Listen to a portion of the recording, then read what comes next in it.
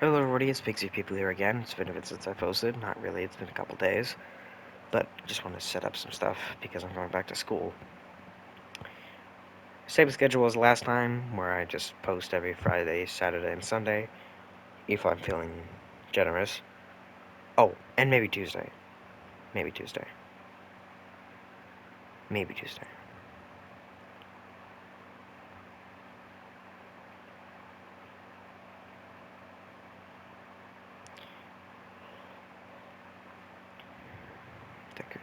Oh, uh, if you're wondering how Musashi Miyamoto is gonna be as strong as a quirk person, it's because I'm gonna base some of his feats on his his baki iteration. But of course, he's gonna have a different personality. Of course, he's gonna be more like that other one in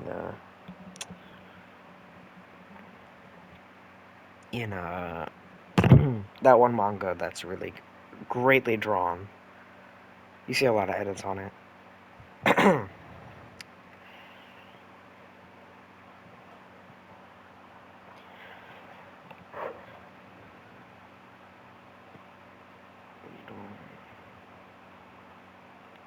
Oh, so Deku is born with black hair and black eyes. Just saying, we're going back into the story if you're wondering. Get into the story, honey. Let's say Deku is born with black hair and black eyes. And of course, since Hisashi looks the exact same as him, no concern. So Deku was raised normally, like exactly how he raised in the original. No differences. That is until when they go to the quirkless doctor. That's exact. I'm kidding. Not the quirkless doctor, but the quirk doctor. And the doctor says Deku is quirkless, which sucks.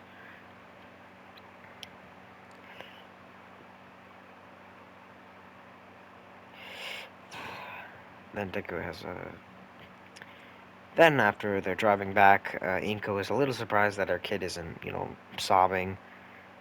Then while Deku is looking out the window, he says, he'll become a hero, one way or the other. And since Inko takes that as he's gonna become a hero and follow his dream, what is a mama supposed to do? Not let her kid think his dream is gonna happen? So Inko takes Deku to the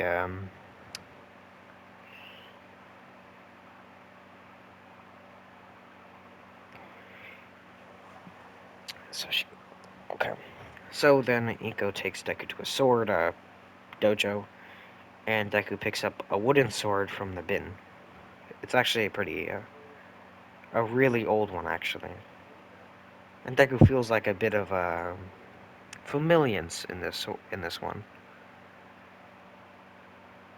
And then when Deku gets into a stance, basically mimicking quotation marks the the sensei, the sensei goes for a strike, but then Deku just gets like a flashback of something from his past life of when he first picked up a wooden sword. And so Deku just completely dodges the teacher's attack, breaks his wooden sword with his own somehow. Mind you, this is a custom-made one that with like was like a metal rod in it. What Deku's is just a really old one that just has a metal wood in it. So the teacher gets confuddled that his sword just broke with a metal piece in it, and then Deku flicks you know, he flicks the blade under the wooden blade under his teacher, toppling him. But then Deku lifts his blade while the teacher is still in the air, and slaps the teacher with the blade, dribbling him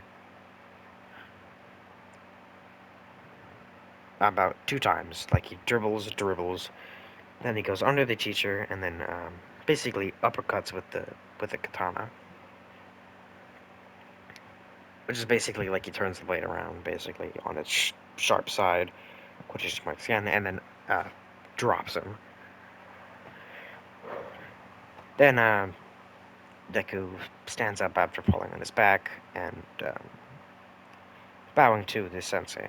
But the sensei just tells him he doesn't need this dojo, and if he doesn't want to stay here, he doesn't have to. And so Deku, just wanting to save money for his mother, he decides he'll save money for his mom.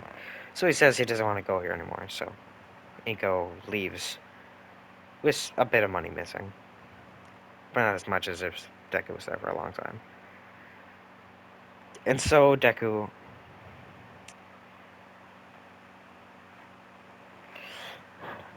Musashi Miyamoto, after Deku, a few years after practicing with a wooden sword he bought with his allowance, and a dummy he bought with his allowance. Remember, this is a doll he made. He has a crudely drawn smile and X eyes on it.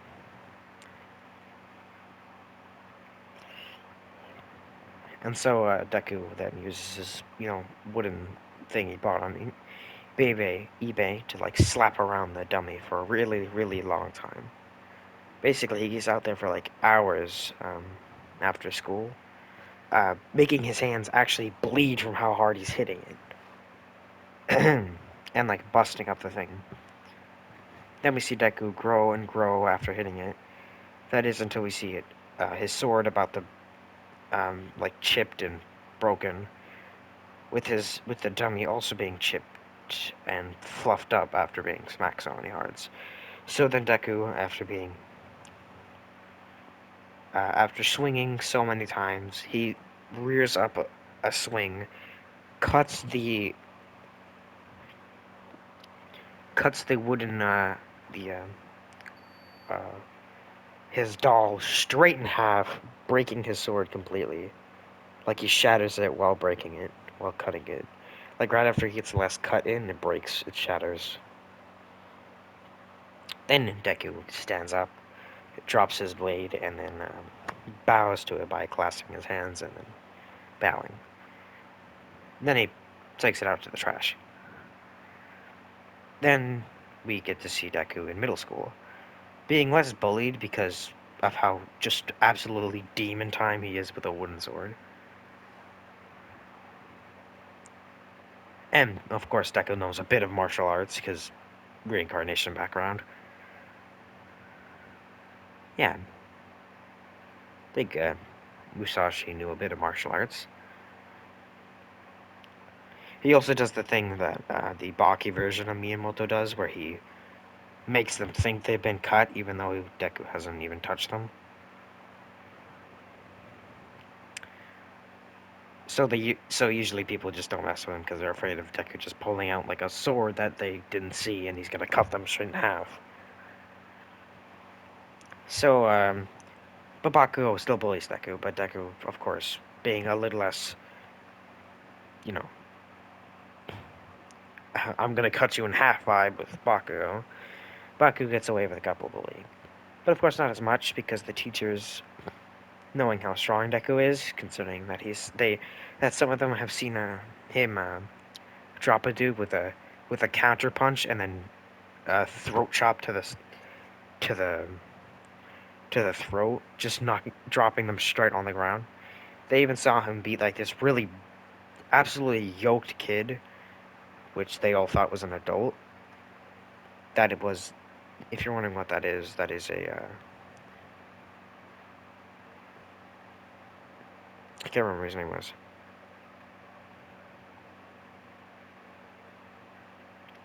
It's a reference to that guy who fought Spec.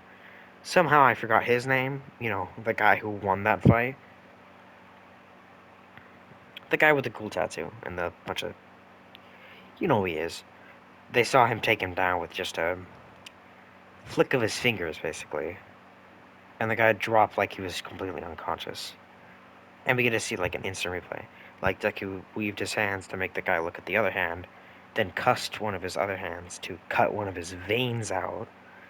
One of those veins controlled his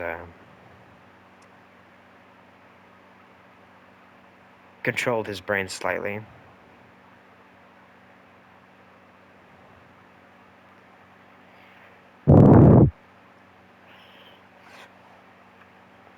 And of course, Deku being non-lethal, of course, being less non-lethal, that nerve can heal in a couple days. Guy was back in a couple days. Guy was back in a week. Anyways, we see Deku um, sign up for the uh, UA entrance exam. Of course, no one testifies. Not even Baku testifies, knowing more about Deku's strengths. So then we get to see Deku shopping after that. After that scene, we see him shopping for a katana, and then he finds a katana that interests him. That's behind the shop owner. So he walks up to the shop owner, asking how much the sword is. Then he tells him that I can't, I really don't know what a high price in yen is, but let's say like $50,000. And then Deku's like, for that, for that, for that kind of blade? Well, it is a hand-me-down to a very old clan of samurai. It's pretty durable too. With Deku having about 1,000 yen, he decides to come back later, so he asked him to hold on to it for him. And this shop owner, seeing how determined Deku is to get this katana, he takes it off the shelf and hides it, and then puts it in a bin behind him. And of course, a, a month, 5 months later, through the training arc, Deku's been training his martial arts skills because he doesn't have a katana anymore, or a wooden katana anymore. And he then turns into five. He comes up to the shop owner, who has been chilling for a sec, and he asks if he has the money. Then Deku brings his $5,000, and then he, the guy pulls out the sword and drops it, puts it on the table. Tells him, "Pleasure doing business with you." Then Deku just exits the store with a katana. Then the guy holds Deku for a second, and then gives him a belt so it can hold the sheath in. So then Deku buckles the sheath and puts the sword into his thing.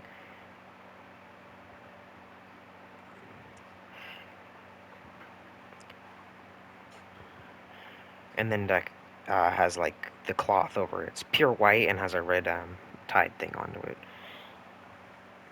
Anyways,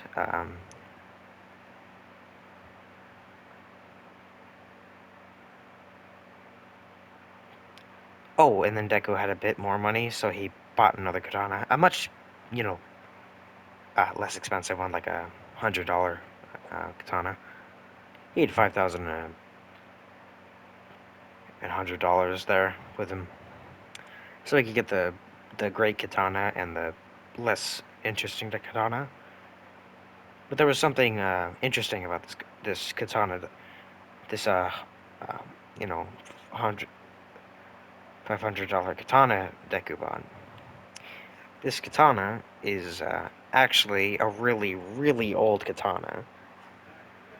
It's almost as old as the one he got. But of course, the shop owner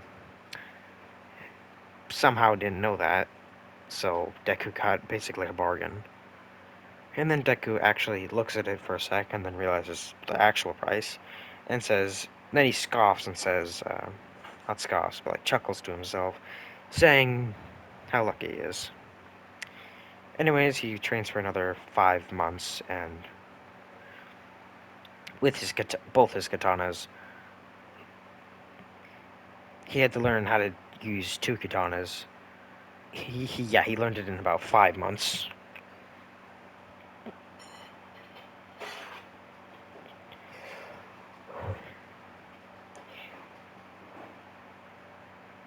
Then Deku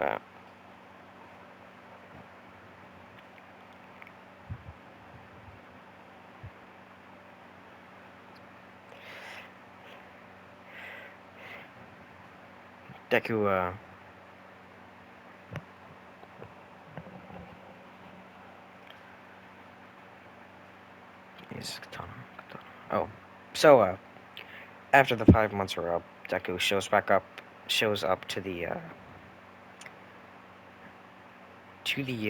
sports this entrance exam with actually a blue gi with a white with a right I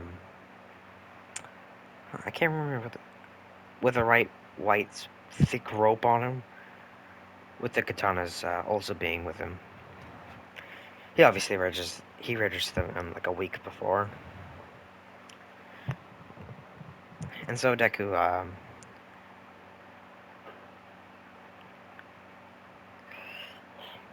of course Deku isn't as smart as he was in the original you know because he was more focused on samurai training instead of intelligence. But he still passes the test, of course. He's actually one of the first people to pass it, actually. Of course, he's not, like, top two as he was in the original. I think. Because I remember in the original, I think that Baku got first and Deku got third. That Deku got second and someone else got third. I can't remember who it was. But, that's not what we're here for, of course.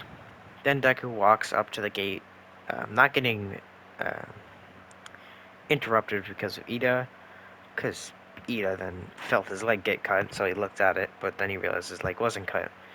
Yeah, that was one of Deku's techniques. Then Deku puts his fingers up against the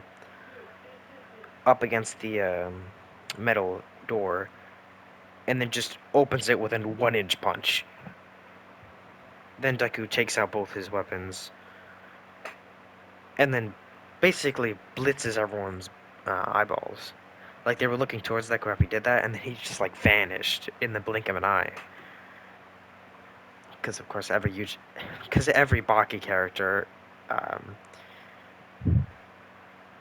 if you blink, you get smacked. Yujiro, basically, of course. No. You didn't say anything. I didn't say anything. But then Deku just runs around cutting all the robots up with basically one strike. Of course, a couple of them take him 2 strikes because he has 2 katanas.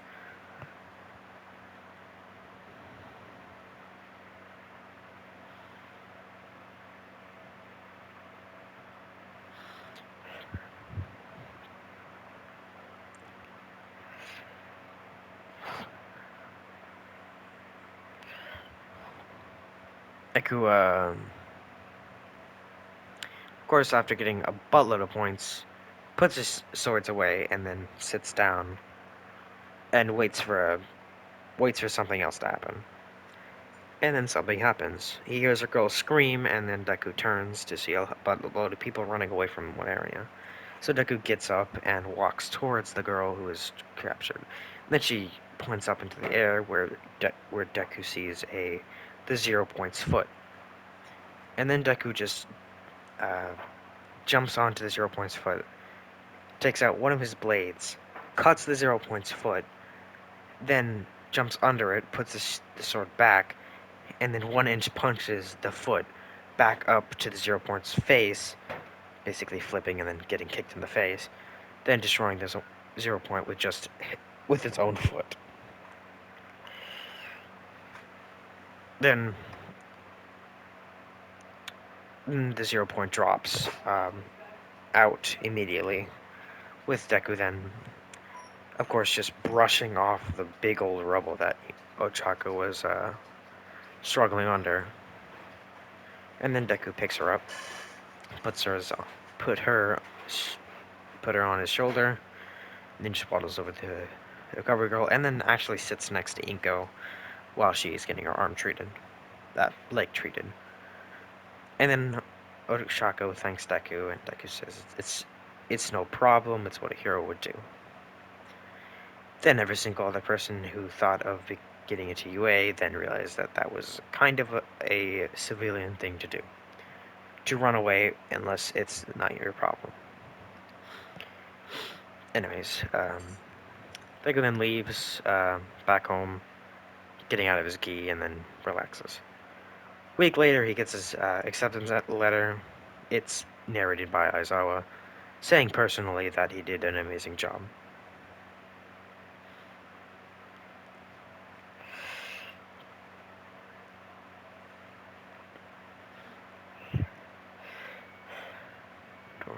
Oh. Then Deku goes to the UA, having um, a custom UA style where his UA costume is more like a gi than a actual suit. Of course, it has the exact colors as the UA, but it's the same thing. Anyways, Deku goes to UA and then sits down with Ochako talking to him for a sec. With Ida apologizing that he didn't think of the whole saving people um, thing, but Deku doesn't care.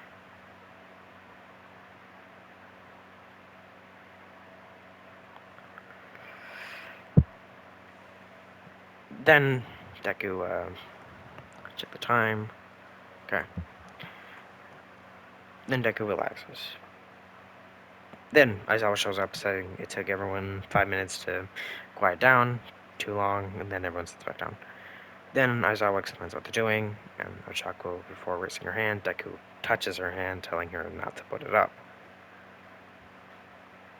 Of course, this makes Ochako blush because Deku already saved her life, and now he's trying to raise her up. It's making her crazy. Anyways, he wasn't doing that at all, if you're wondering. He's just saying that not to do that. Anyways, they both get in the gis. Of course, Deku having to wear the actual UA thingy this time, because it's not going to custom make everything for him. But anyways, they go out to the yard and then they do all the things. Of course, Deku exceeding at basically all of them, except for like the strength ones, because of course he can't outmatch, Soji or Duplo arms. The speed ones are kind of the speed ones he can like go as almost as fast as Ida. He's basically like a let's say like a foot away from him basically when they're running. Of course, that's Deku going all out while Ida's going barely out.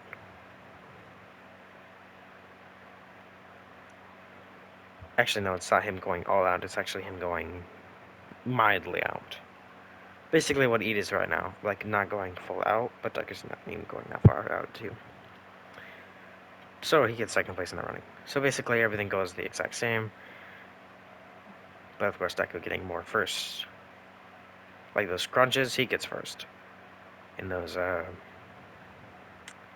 jumps, he gets first. Even Froppy is surprised that Deku beat her. Anyways, then the baseball thing comes up. Deku just uses the 1-inch punch. It's like a crazy 1-inch punch too.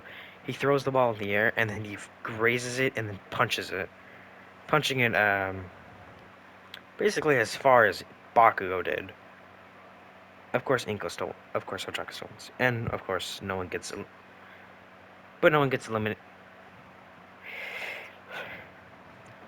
But then no one gets eliminated because no one gets eliminated in the original. Anyways, we're gonna go to the USJ now. So a couple weeks later, after doing all their fun stuff, not fun stuff, school's really boring. Even the superhero school, it's still boring. So after that, Aizawa explains where they're going, and then they, of course, some of them think it's like the Japanese thingy. Don't remember what it's called. But eventually they go into the bus, and everyone explains who's the strongest in the room. Of course, everyone is saying that everyone else is exceptionally strong, especially Bako and Todoroki. But a lot of people keep saying that Deku is quite one of the strongest people in this bus right now.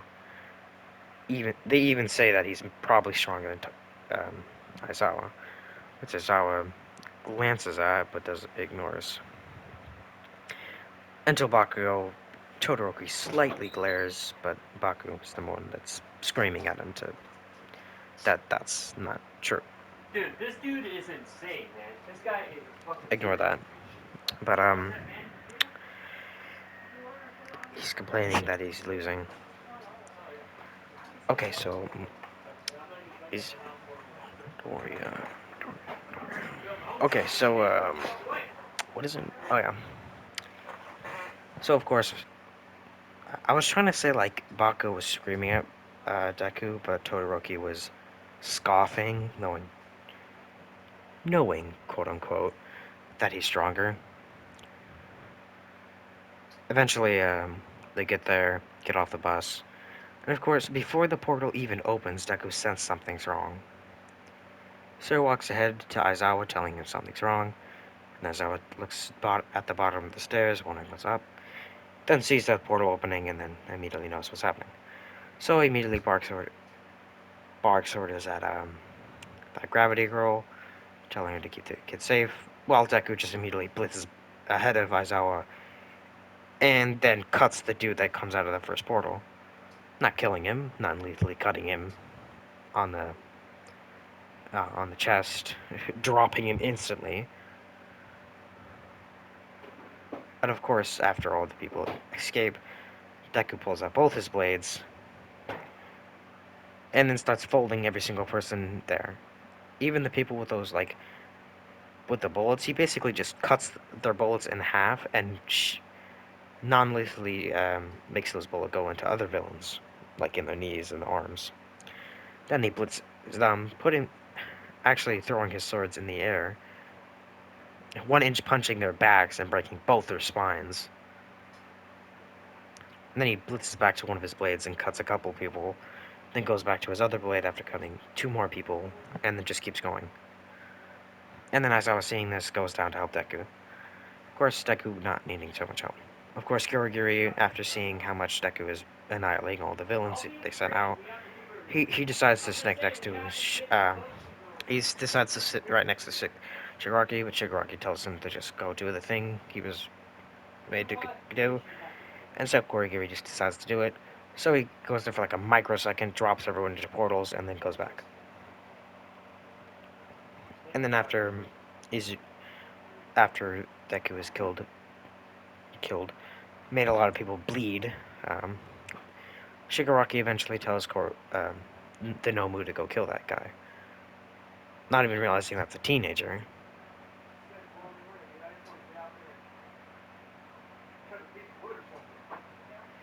And then, as the Nomu is about to go punching at Deku, Deku actually weaves the Nomu's attack, flips his blade, and cuts the Nomu's arm straight off. And then the Nomu, uh, thinking his punch landed, stops moving. Like, even the Nomu didn't even realize that he didn't succeed. He thought his deed was done.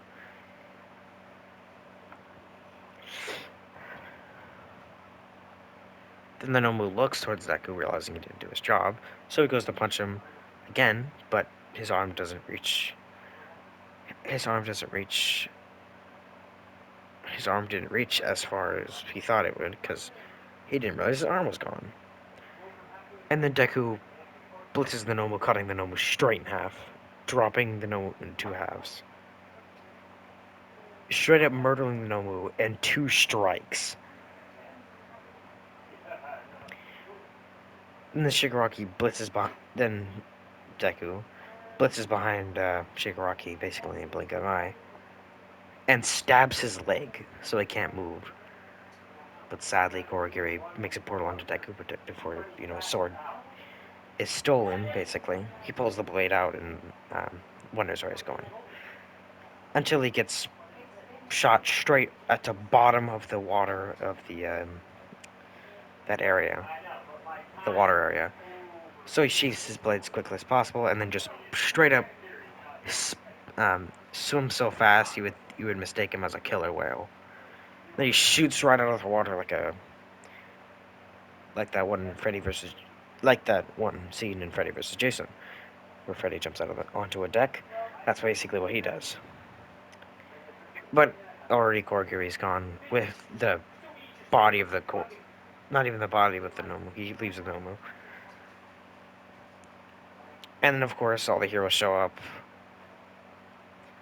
and they realize how brutal Deku was being. if you're wondering why Deku killed the Nomu, it's because he knew dang well that if he even tried to keep that thing alive, he knows it's a thing. Its brain is hanging out.